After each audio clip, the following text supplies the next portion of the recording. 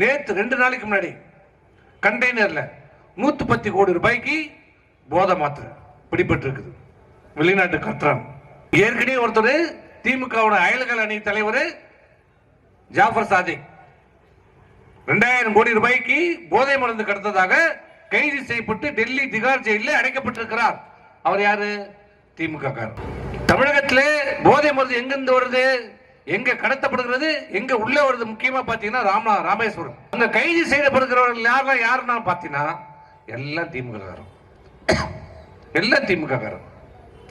ஜாபர் சைதை கைது செய்வதற்கு முன்பு 2000 கோடி ரூபாய்க்கு கிட்டத்தட்ட போதைப் பொருளை கடத்தியதாக கைது செய்யப்படுவதற்கு முன்பு ஒரு 3 மாதம் 4 மாதத்துக்கு முன்பு அதே ராமேஸ்வரத்திலே போதை மருந்து நடுக்கடலிலே பிடிக்கப்படுகிறது.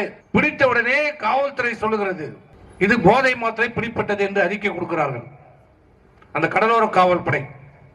ஆனால் 24 மணி நேரத்துக்குள்ளாக அறிக்கை வருகிறது இது போதை இல்லை, போதை கிடையாது, மாத்திரை என்று அறிக்கை வருகிறது.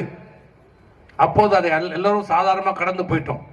ஆனால் 2 மாதம் கழித்து ஜாபர் சையது கைது செய்யப்படுகின்ற போதுதான் அங்கே என்ன நடந்திருக்கிறது என்பதை இப்ப தெரிகிறது.